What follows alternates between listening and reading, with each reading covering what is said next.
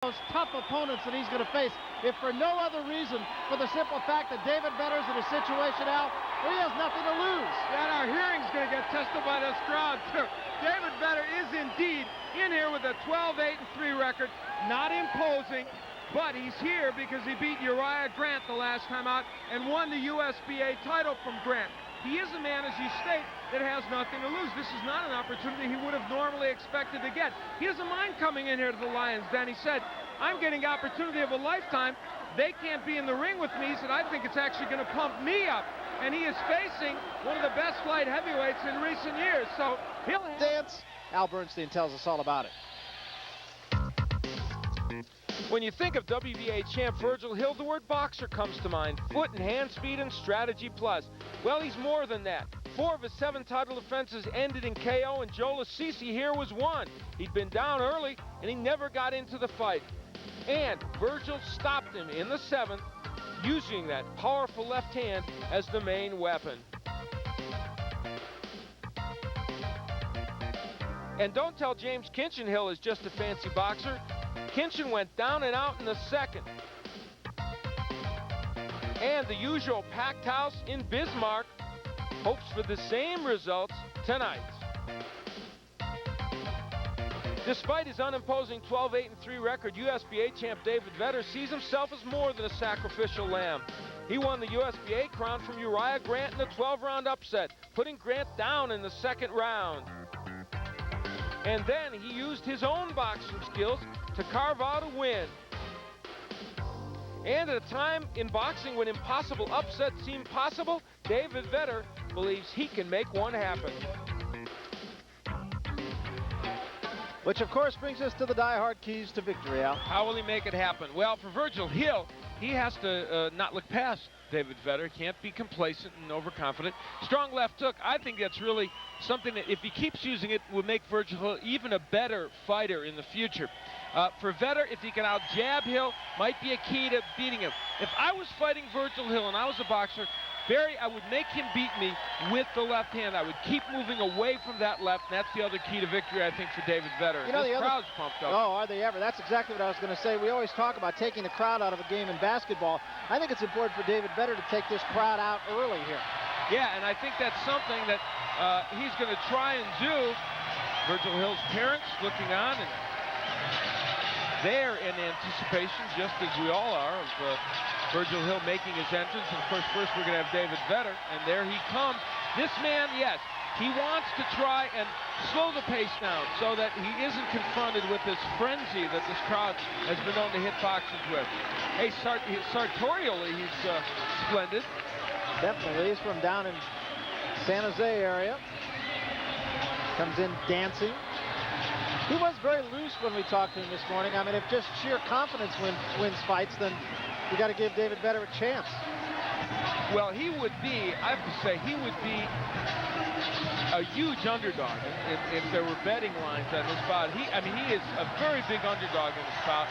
This is a chance he didn't really expect to have, so if this turns into the month of underdogs, boy, he's hoping for that. Well, he figures the Uriah Heat fight, which won the USBA championship for him, really kind of catapulted him up into another plateau, if you will. And right now, he feels he can beat anybody. He's really on top of the world from a confidence point of view. Yeah, beating Uriah Grant was a bout in which a lot of people didn't expect him to win that one.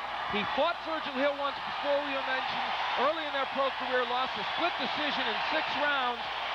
Both fighters say that may be irrelevant because they were both so young, but at least it lets him know he hung in there for 6 rounds with Hill, and I get the distinct impression Virgil Hill may be making his entrance. What a lucky guess. Yeah, I'm so insightful. And I'll tell you, he is a home run in Bismarck, North Dakota.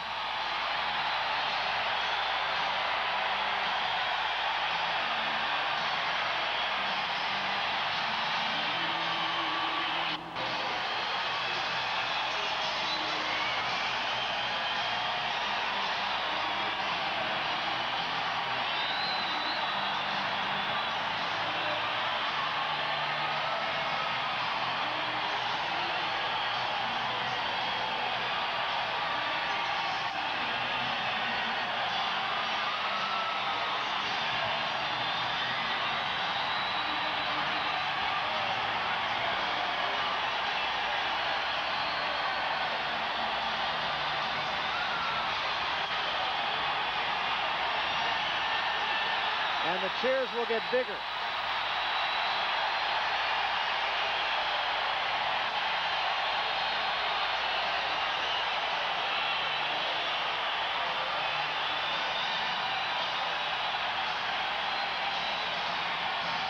And the name on the back of that robe, Quicksilver, says it all about Virgil Hill's boxing style.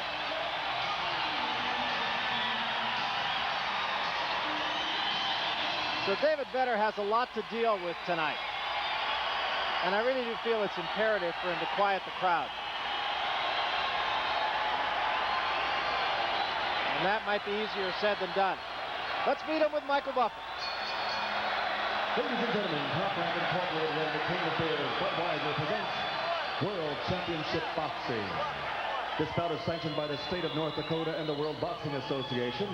WBA supervisor at ringside is Jose Castillo of Venezuela. The 3 judges assigned by the WBA are Carol Paulus of Philadelphia, Pennsylvania, Donald O'Neill from Boston, Massachusetts, and Julio Roldan of Venezuela. Positions at ringside, Dr. Donald Romeo, Dr. Bob Oakfield. The timekeeper is Colleen Patchen, and counting for the knockdown seconds is Norm Budden. And now, ladies and gentlemen, from Bismarck, North Dakota, let's get ready to rumble 4 rounds for the WBA Light Heavyweight Championship of the World. The referee for this bout from Miami, Florida is Ed Eckert.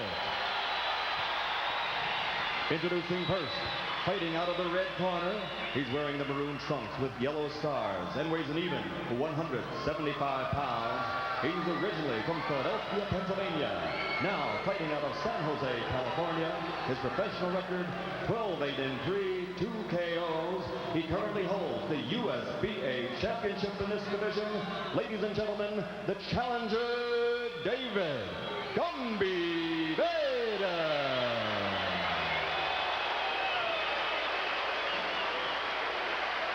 And fighting out of the blue corner, wearing the green trunks with blue trim, he weighed in at 174 3/4 pounds.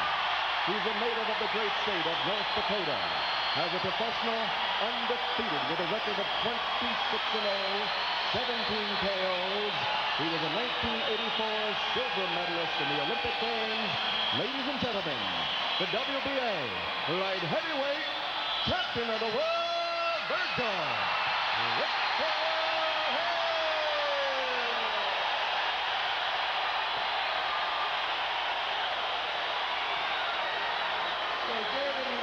I gave you instructions in the dressing room. Obey the rules. Shake hands now, gentlemen, and good luck to you. So we are set to go. Virgil Hill, the champion, and he does appear to be all business. One thing I have to say about David Vedder, he looks like he came into the ring really warmed up. He'd already broken a sweat. That's something that's really a factor oftentimes, especially for an inexperienced fighter. Yeah, and it's a sign that he is prepared mentally and physically. And as you said, he'll need to be. Now, what David Vedder has is a very unorthodox style. He is a boxer, much like Virgil Hill. Comes at you from different awkward angles. And also has a good jab. And that's what he's going to try and establish early, which you see him trying to do. We talked to Virgil Hill about looking by this fight and the eventuality of that possibly happening. And he said, well, the one thing I have to remember is that when I won the championship, I was a 6-1 underdog. Fought Leslie Stewart. Not too many people gave him a good shot to win that crown. So as you say, he can appreciate how motivated Vedder will be in this bout. I just think a fighter like David Vedder in this set of circumstances can be a very dangerous prospect. Now, of course, you got to go back to the old adage, too, that a mule is not going to win the Kentucky Derby. This is true.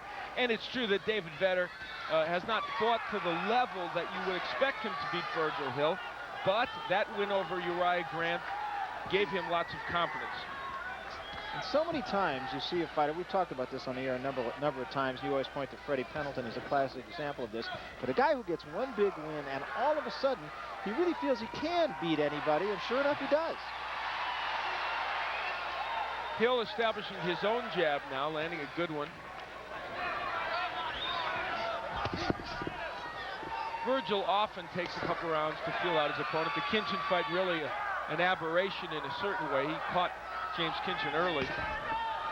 Yeah, by his own admission, he said he just got there with a punch and realized the man was done and went after him, got him out of there.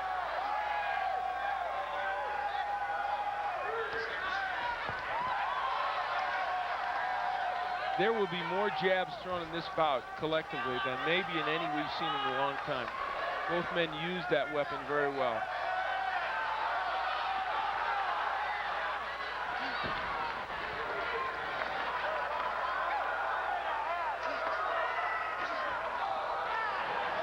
You see Vedder trying to establish the jab.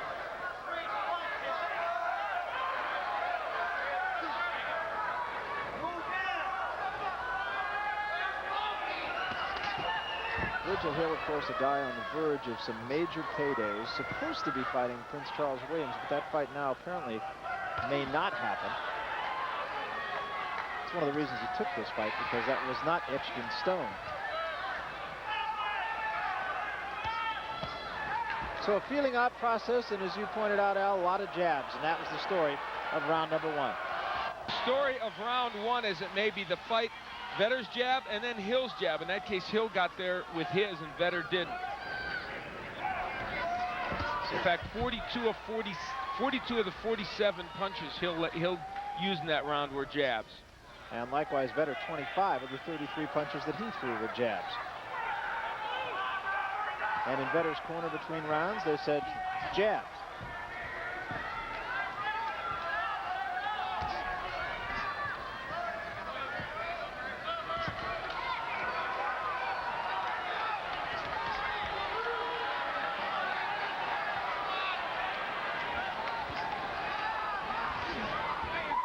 Vedder, that time coming with a right-hand lead. Vedder, above all, wants to be careful. Very good jab by Hill there. Strong one. And that's one of the things. Now there's the hook underneath by Hill. And you know what Virgil Hill does better than maybe almost any other boxer around, though Tommy Hearns would be in this category also, hooking off the jab. Throwing the jab and then a quick hook or vice versa. And still getting power with it. That was kind of half jab, half hook. Mm-hmm. He does that too.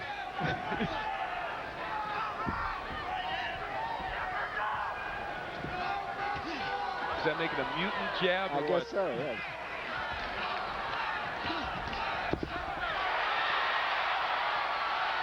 Hill picking his spots very nicely in the second round. And the crowd takes up the chant, Virgil.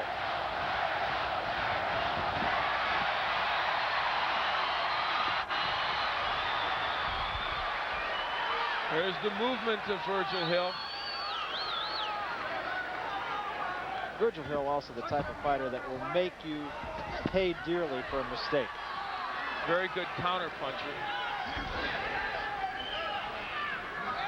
This is for the WBA Light Heavyweight Championship of the World. We're in Bismarck, North Dakota. I'm Barry Tompkins with Al Bernstein. Second round, Virgil Hill in the green trunks, David Vedder in the maroon trunks.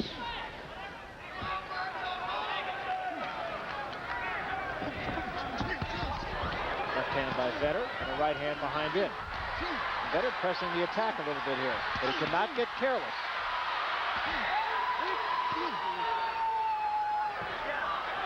And of course, that's where he wants to get Virgil Hill if he can. Push him in the corner and be very aggressive. Virgil doesn't allow that to happen very often. He uses his quickness usually to get out of those situations. End of the second round. He can time his left hand. He can time his left hand. He's bouncing. Going 1, 2, 1, 2. Then he throws it. When he goes down, right hand, power, right over the top. Right hand, bam, come right back with the hook. Deep breath, babe. Inside, work the body. Work the body. Let's take his legs. Work the body when you get inside. Good hard shots on the inside when you get inside. Okay? Relax, relax. Deep breath. Take that minute rest in here. You're doing fine, kid. And don't start clowning around and drop the hand. Don't get caught in the sucker. Okay? Good deep breath and hold it. Let her out now. That's where David Vedder was able to push Virgil Hill back. Not everything landed here, but he was able to at least get in there and do some body work, the body work that they want from him.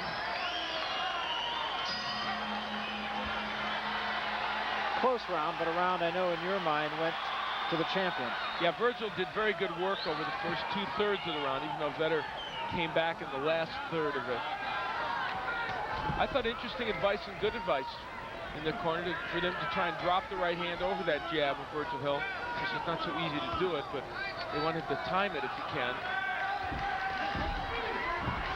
Punch profile through the first 2 rounds. Hill has been busier and has been more effective with his punches as well.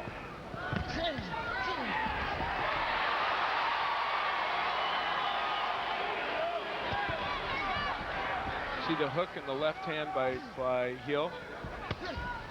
Virgil Hill throws so few right hands. He really does. He just uses that punch so sparingly, though we saw power in it against James Kinchin. Yeah, he's just not a guy who is prone to make mistakes or to needlessly throw a punch. Almost everything comes off the jab. And on your card after the first 2 rounds, shutout for Virgil Hill. Yeah, I gave both rounds to Hill. But one thing David Vedder has to feel good about is that he's not getting totally dominated in these rounds.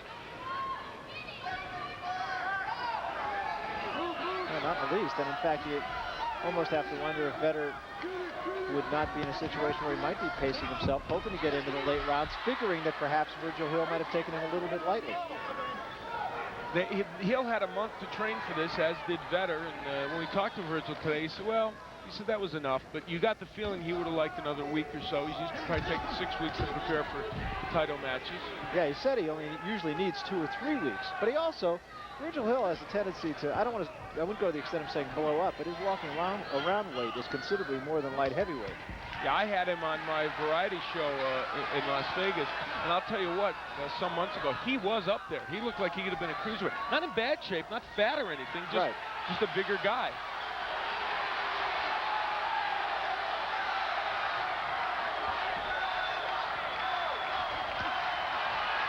Those shots of Hill's missed. The left hand there did get there.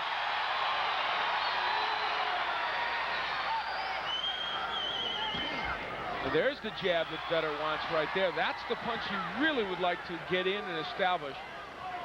And then he'd be in business.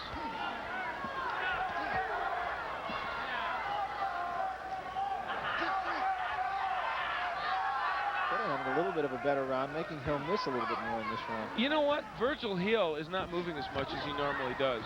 I don't know if that's just by design or because he's not able to do it, but not the same movement from him that we've seen in the past. So we've come through 3 rounds now. David Vedder is still very much there. Hill has gone from being a pretty darn good fighter to being a pretty darn good trainer. Okay. Virgil was working with Marlon Starling for this fight. Freddie Roach is training for his bout with Michael Nunn, who ironically is the man that this man Virgil Hill beat in the Olympic box-off to get to the Olympics, where he won a silver medal. Michael, of course, now the IBF middleweight champion of the world, and a man who many believe might end up in the same ring with Virgil Hill if he decided to step up in the light heavyweight division. Be an interesting fight. Oh, I'd love to see that. I think that would be fascinating. Pretty good left hand by Hill there, but he wasn't really set down on it. There was a right hand by Hill. Now, that's where David Vedder, with the footwork no less, is a difficult opponent for Hill, because defensively he's a pretty darn good fighter and he's hard to hit, and so he's not going to get nailed with as many counter punches as other opponents would against Hill.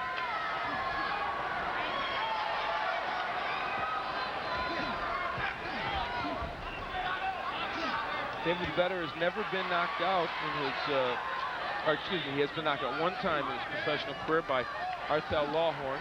Who is now a heavyweight, incidentally. Yeah, so he's a big man.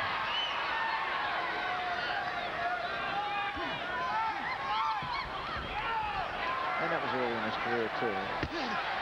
And by his own admission, he said he might have pushed himself a little too fast. And he faced some tough guys right in the beginning of his career. Virgil Hill, Ricky Womack, Lawhorn, who turned out to be a heavyweight.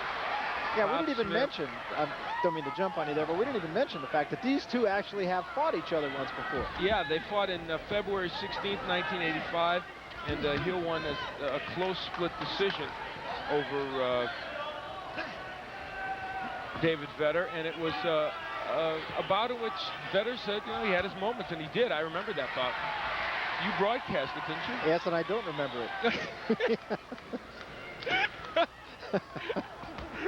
I don't know what that says about either of us. I'm not sure.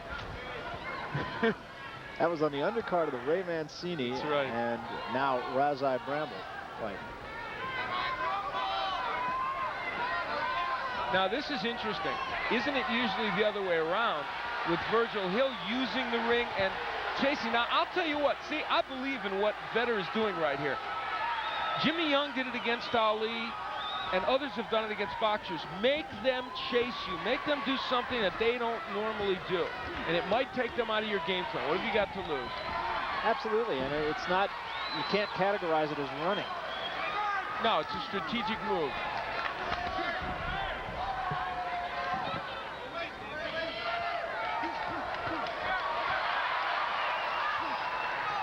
I don't know that it's won him this round. It probably hasn't, I'm sure, but nevertheless, it might have at least given Virgil Hill something to think about. Well, it doesn't seem like Virgil Hill has completely solved David Vedder yet. I mean, I do believe he's winning the fight, but I don't think he's got it completely figured out. If they're Going, okay? All right? You don't need to jog. You just keep throwing that jab. This guy's running right into it, okay? All those feints, all that bullshit ain't nothing, okay? Just stick him every time. He's too wide for you, okay? He opens up with that wide jab. You stick it straight down the middle, right in his chest, okay? Now listen up. You got to pick it up, okay? All right.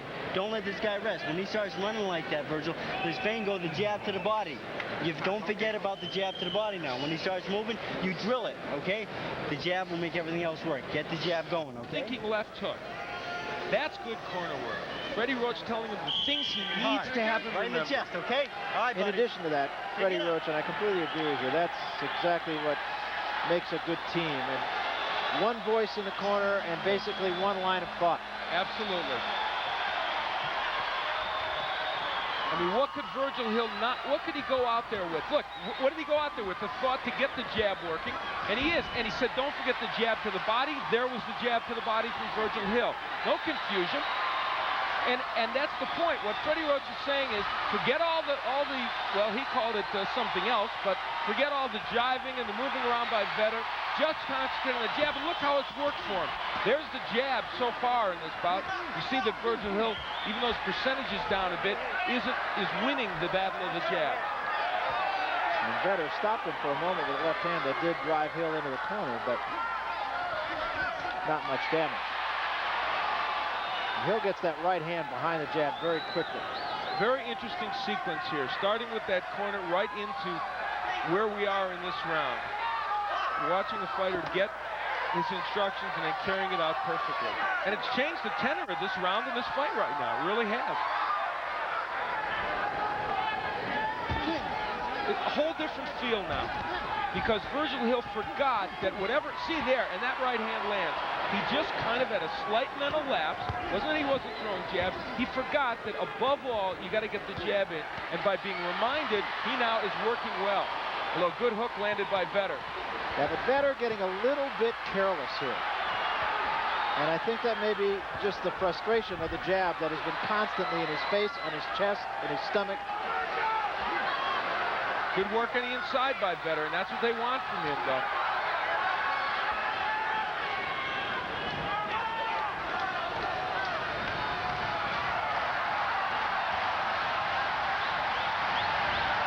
Tell you one thing though, and I believe this right now, and I'm going to go way out on a limb. I mean, we're talking major league limbs here.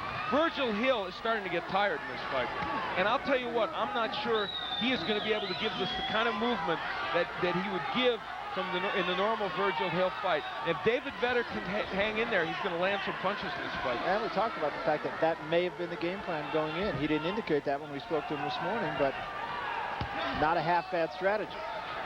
Virgil Hill's winning and he's doing well, but you see he's starting to absorb some shots now because he isn't moving like he normally does. Normally he would just motor out of there. And you can see him breathe through his mouth a little bit, and that's one of the first signs that a fighter is getting a little bit tired. And you know, when they first signed this fight, Virgil wasn't that crazy about having it. A couple times he had second thoughts and finally said, okay.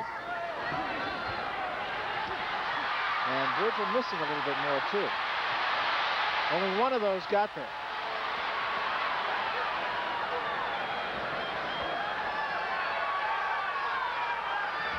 Well, Virgil Hill, big time at the beginning of this round, but slowed about a half a step. Bing, bing, back up. Move it around now, okay? Move that jab around, all right? Can you hear me? All right, buddy. Let's go. You gotta keep your head up, okay? Down. Yeah, keep your head down. Here is Virgil Hill using the jab, and there's the right hand. So that's what that jab sets up when it's used properly. That was early in the round, and he did very good work for the first 2/3 of that round, and David Vedder came on a bit. Freddie Roach told him, got to get a step closer with that right hand, and the jab will set it up. That was while we were away and just before we came back. And that replay, of course, would indicate just that. Vedder is lunging a lot with the right hand. I know David does not want to be doing that, but it's tough to get to Virgil Hill.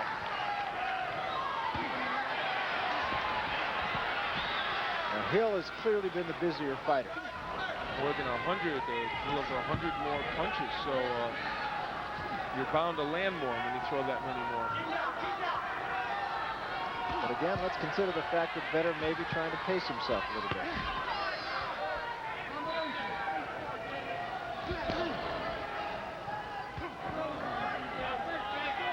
Now, Vedder is not a big knockout artist. Obviously, only 2 KOs in his 12 wins. So these rounds, which I believe, are going in the bank for Virgil Hill, could make it very tough on Vedder because he's not a big knockout puncher. So if he's going to make this comeback that he needs to be making, he's going to have to start pretty quick still.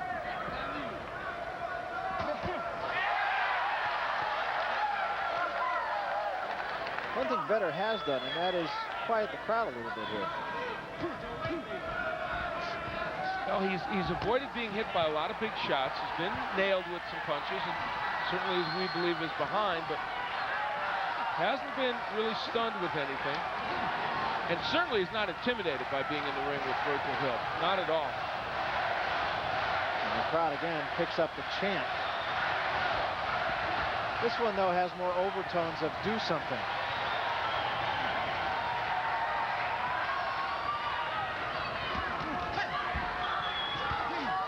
Hill not being as busy in this one.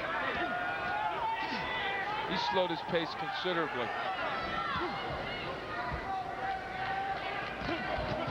Well, if Virgil Hill were boxing this way against Charles Williams, he'd be in big trouble. And I'm not denigrating Virgil Hill's performance. It's not bad. There's nothing wrong with it. He's doing some very nice things. He is not absolutely at the top of his game here tonight. Let's give David Vedder some credit, too, though, because his defense is making Hill miss. You hate to be criticizing anybody who's winning every round. A little bit of swelling under the left eye of David Vedder.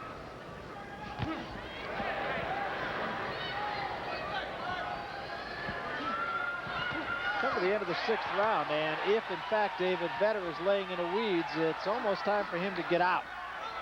A double jab by Virgil Hill shows you how effective he can be with that punch.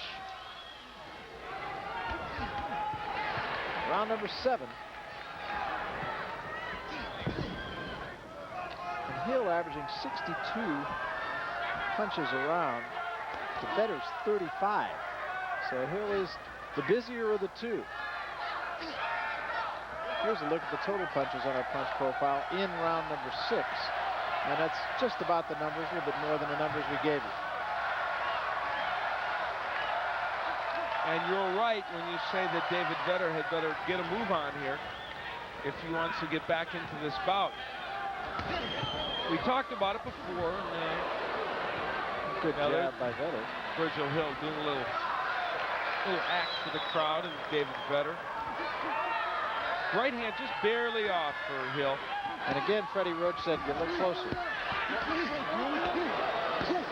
Vedder getting in a quick left hand on the inside.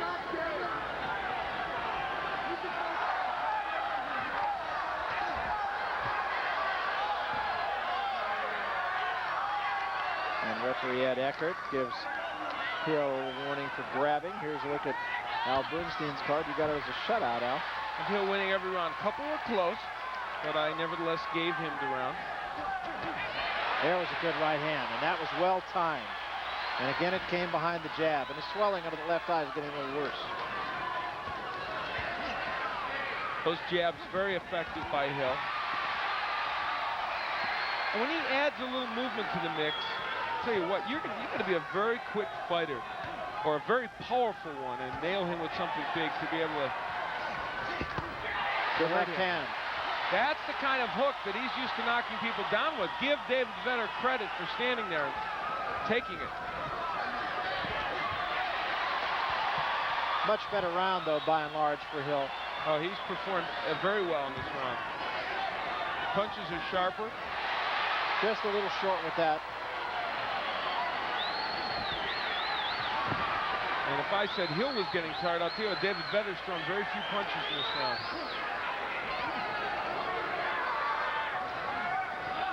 I can feel that limb cracking behind me. It's true.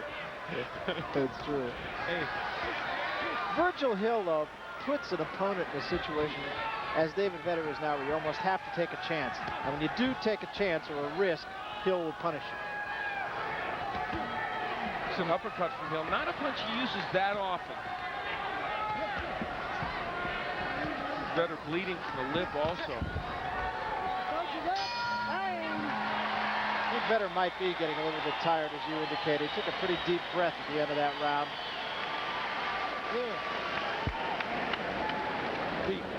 Deep, Dave, deep. Deep and slow. Don't breathe shallow, real deep. Dave. Just breathe and listen to Jim. End swell on that swelling, which is really not directly under the eye. It's actually up on the cheekbone. Well, hey, you got to get back on. You got to take Go back to the keys to victory that we talked about at the beginning. Well, Virgil Hill, was he looking past Vedder? Maybe a little, but he's nevertheless not enough to be losing this fight, that's for sure. Strong left hook, he's had that punch, although not as often as probably he wanted it. For Vedder, no, the jab has not been there, and while he has moved to his left, I don't think he has done it effectively enough to really avoid that jab as much as he might. The irony about what David Vedder is doing tonight is he is probably fighting a fight that's good enough to beat most fighters in the light heavyweight division, but not the champion. That's true. I mean, he can get by with a fight like this, and some of those big shots he's throwing might be landing against some other light heavyweights, but not against Virgil.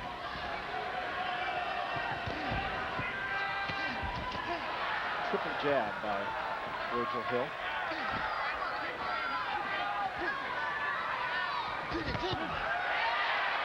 There's the hook, the good counter hook by Hill.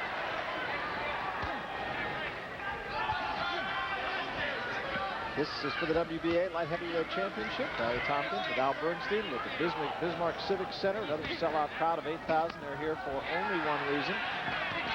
Hometown hero Virgil Hill, who is the champion in the green trunks. David Vedder in the maroon. And it's been rather the teacher and the student so far tonight.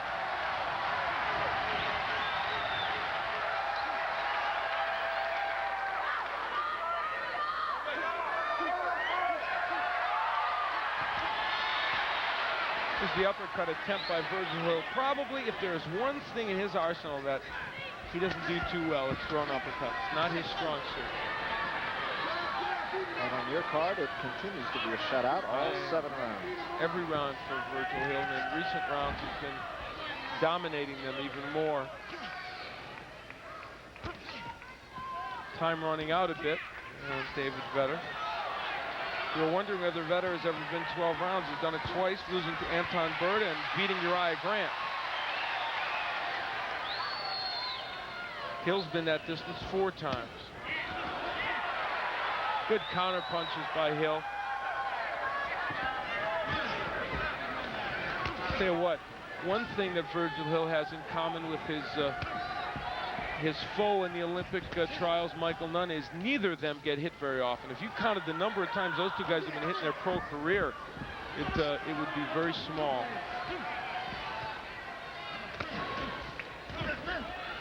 But David Vedder in one of those situations now where it appears he would have to knock Virgil Hill out to wrest the championship from him. And of course, he's a guy who has had only 2 knockouts in his career.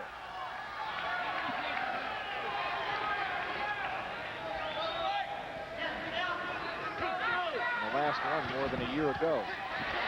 There was a right hand. That hurt David Vedder. And another right hand. And Vedder gets out of there. He postured a bit, but he was hurt. I'm surprised Hill didn't jump on him even quicker. Yeah, he really did let him go, didn't he? Another right hand. Hill is a careful fighter and meticulous, but that time he really had him hurt.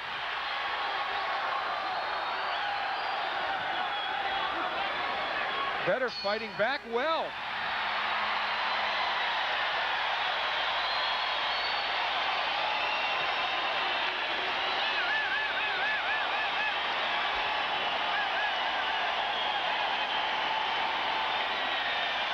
Here it is.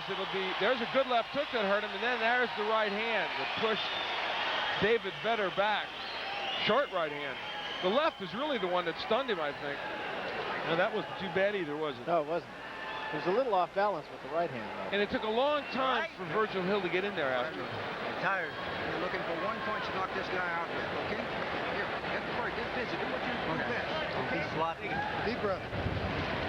Well, it's a long way back for this man, and I think it's fair to say a real long shot. You need a big round here, okay, Jack? Pick him up.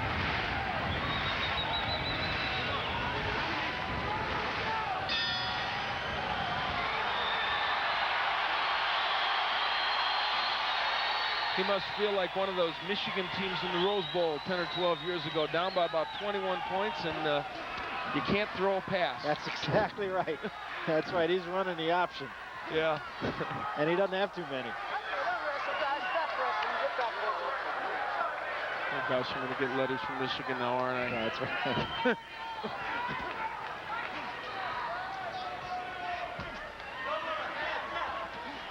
I think that from Hill's standpoint, if he could get in and throw a double left hook to the body and the head, it would really hasten the demise of Vedder.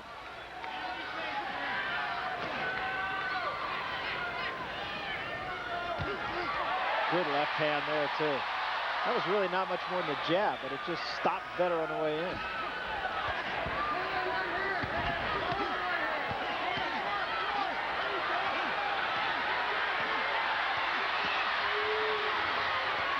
Couple of good shots landing by Vedder. Not big punches, but they got in there.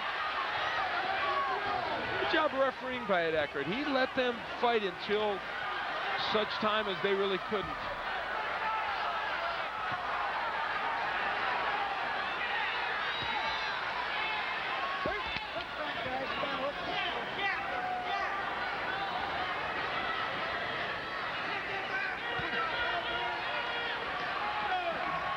Well, Virgil Hill looked like he might have been getting a little bit tired along about the 5th or 6th round. He looks no more tired now than he did then.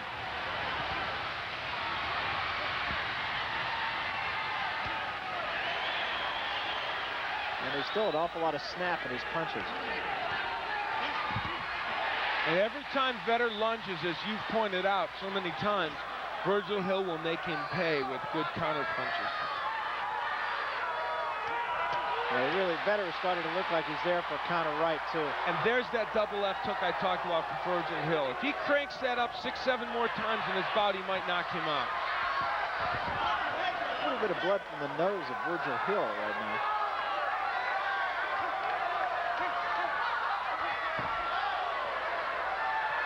Vedder using the jab to get in and landing some shots on the inside.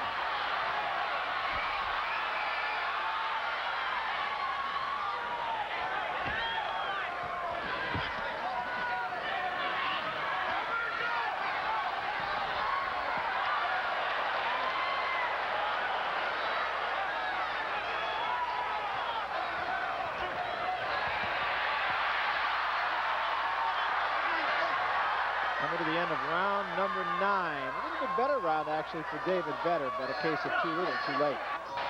In the last round, Virgil Hill showing you how he uses that left hand, the jab, and then there's a counter again over the right hand that missed with Vedder.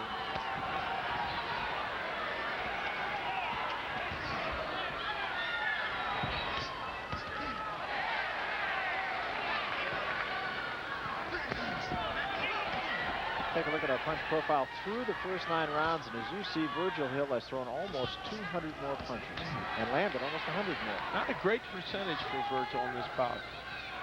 Less, I'm sure, than he would normally have. And part of that is Vedder's good defensive skills.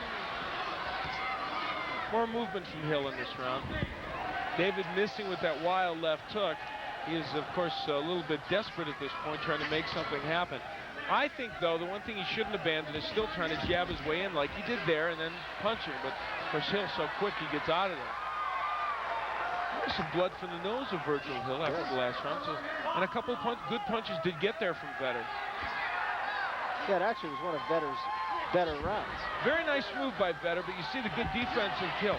He jab, jab, jab, then he threw a right, then a left hook. He kept finishing off that combination, but Hill was never there for those punches. That speaks to the point you made, that it isn't even that Hill is or Vedder's performing that badly. It's just that he's in against the cream of the light heavyweight division, certainly one of the 3 best in that division. And I'm sure in this room, everyone would say the best in the light heavyweight there would be division. no contest here. We've talked about it on numerous occasions, but just the fact that there is so much talent in the light heavyweight division now. He's the best of a very good crop, arguably. Charles Williams, Michael Moore, and the youngsters, Anthony Hembrook and Andrew Maynard. Still got Bobby Ches making a comeback. You still got Donnie Lalonde, who's now going to come back, who has talent. Andrew Maynard, incidentally, was supposed to have been on this card, but he has a hairline fracture on one of his hands. And we do expect to see him on April 1st at Lake Tahoe.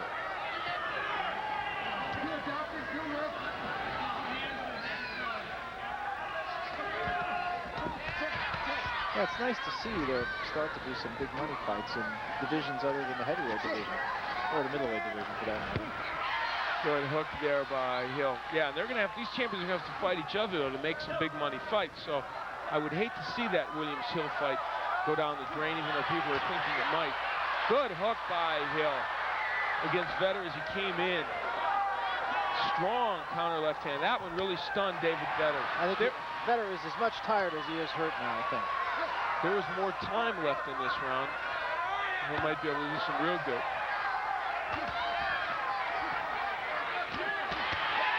Into the 10th round, more of same. We'll be back. And the jab lands to the heart right here. A real professional job done by the champion tonight, and you really have to give a lot of credit to Freddie Roach in his corner, too. He has followed Freddie Roach's advice between rounds to the letter. And I'll tell you, this is a night in which Virgil Hill doesn't have it all. I mean, this is not to denigrate him or to criticize him, other than to say he doesn't have everything tonight. This is not the A1 version of Virgil Hill. Yet, despite that, he has kept his composure enough to be pounding out a unanimous, and I would say almost completely total shutout against Vedder on a night when David Vedder is doing his best, even though he may not be the greatest light heavyweight on earth. Yeah, I think, though, that's the mark of the man, is that, or of any athlete for that matter, in any sport, that when you can be less than what you sometimes are and still be convincing, says something about your skills. And that certainly is the case with Virgil Hill tonight.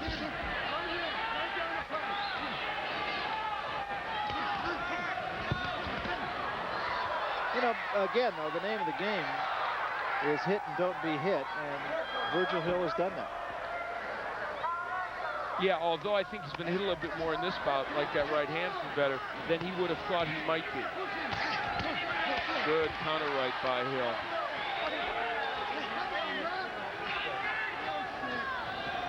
Ed Eckert, he knows his way around tough fights. A little sidelight about him.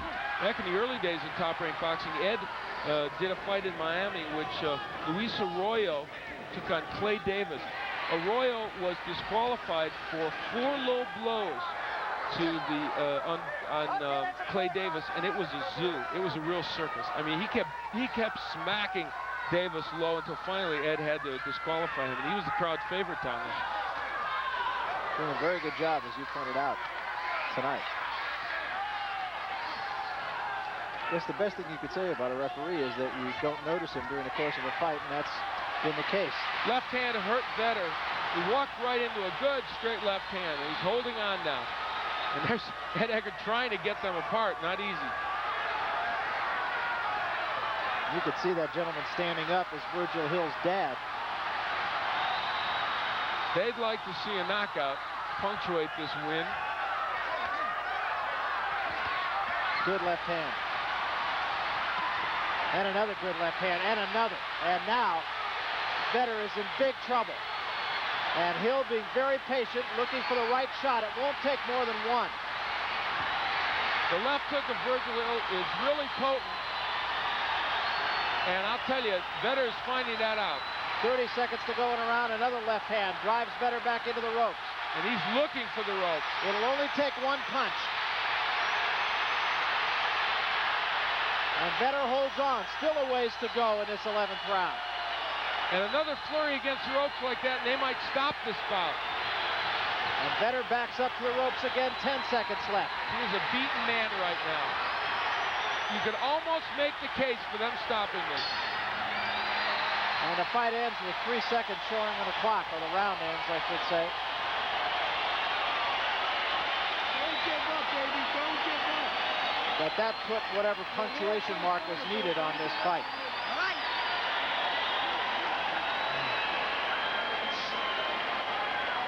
Okay. When you get it, when you block. The left hook a counter. Again, the right hand that missed by Vedder. We've shown this before, and that left hook, a beauty. David Vedder says, I got to get out of here. And then Hill had him backed up, landed some pretty good shots. Some of those not getting in. That hook was damaging. Even with all this, David Vedder showing tremendous composure and poise. But against a quick-handed fighter like Virgil Hill, it's tough to get away from all those shots. Set it up with a hard jab. Right. 1, 2, 1, 2. Let's go. Freddie Roach saying hard jab, set him up with a hard jab. 1, 2, 1, 2. Some things don't change, still a jab, and this doesn't change. This crowd's always behind Virgil Hill. Just great fans here in Bismarck.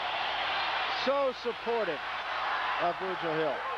Incidentally, they had a rally here in this building yesterday, sponsored by one of the local television stations. They had 3,700 people for that. That's amazing. And you know, there's only about 70,000 people in this general area. Over a tenth of the population is here tonight. We got over 8,000 people. Big round for Virgil Hill. A lot of those punches, very powerful punches.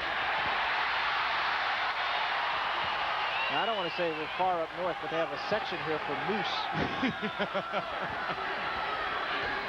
Is there one for squirrel, too?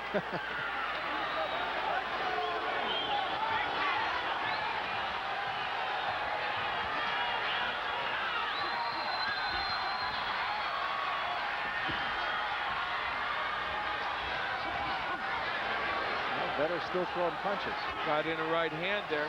Courageous performance, really, by David Vedder. I mean, he came in here a huge underdog. That right hand hurt him.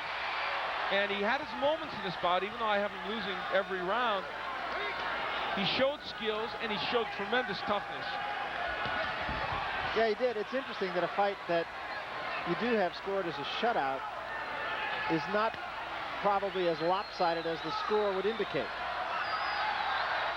No, it certainly is not an embarrassing performance at all by Vedder. And ironically, here I am saying Virgil Hill isn't at his absolute best, yet he's dominated and won every round virtually of this bout, at least in my opinion. Well, there was a time where it looked like Virgil Hill might be getting a little tired, and so much for that theory. No, forget that. I was wrong about that.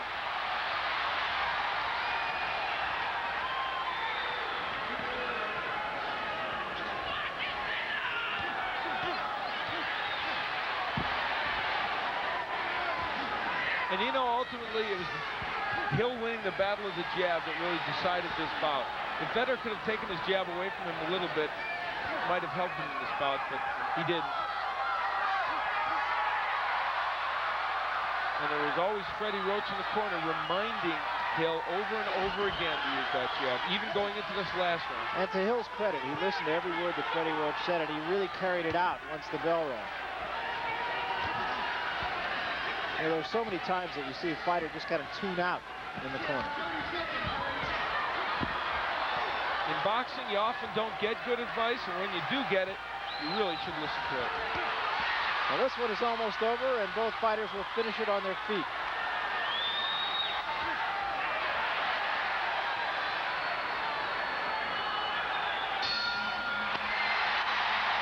crowd will tell you what you need to know.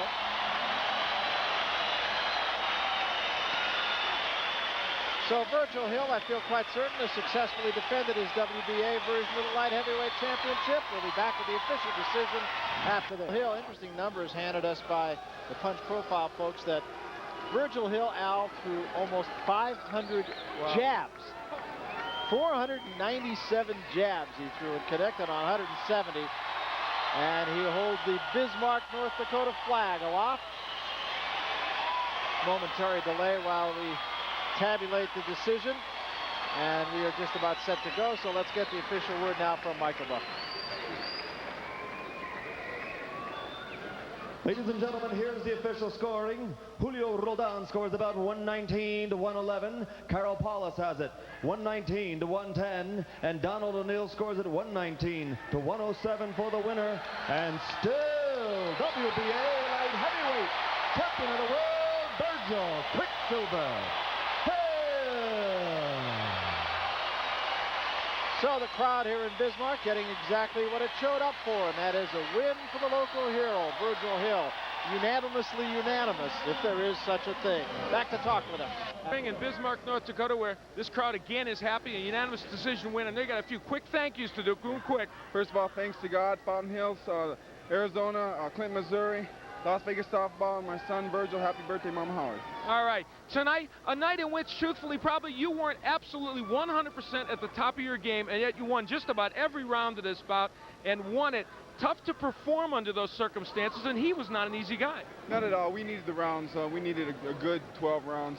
We've been trying to fight guys with different looks and stuff because, you know, to stay sharp, and he definitely had a different look for us, moving his head good, and it was a good fight. And you persevered. What's next for you? What do you feel like you would like to do next? Well, virtually anything, you know. Whatever they put in front of me right now, my manager, Bob Arum, and Freddie are at the tables right now, and I'm going to let them handle that situation. Speculation about you and Tommy Hearns, you and Prince Charles Williams. Any names specifically you'd like? All of the above. All of the above. That's what. Congratulations, you got your win tonight, Virgil. Virgil Hill defends his light heavyweight championship to the delight of this crowd. Let's go back to Barry Tompkins at ringside. All right, thanks very much, Al. Well, you talk about Team Hill. It's Virgil Hill, and it's Freddie Roach, and yes, it's Bob Arum, and it's 9,000 people here in Bismarck, North Dakota, who show up every time.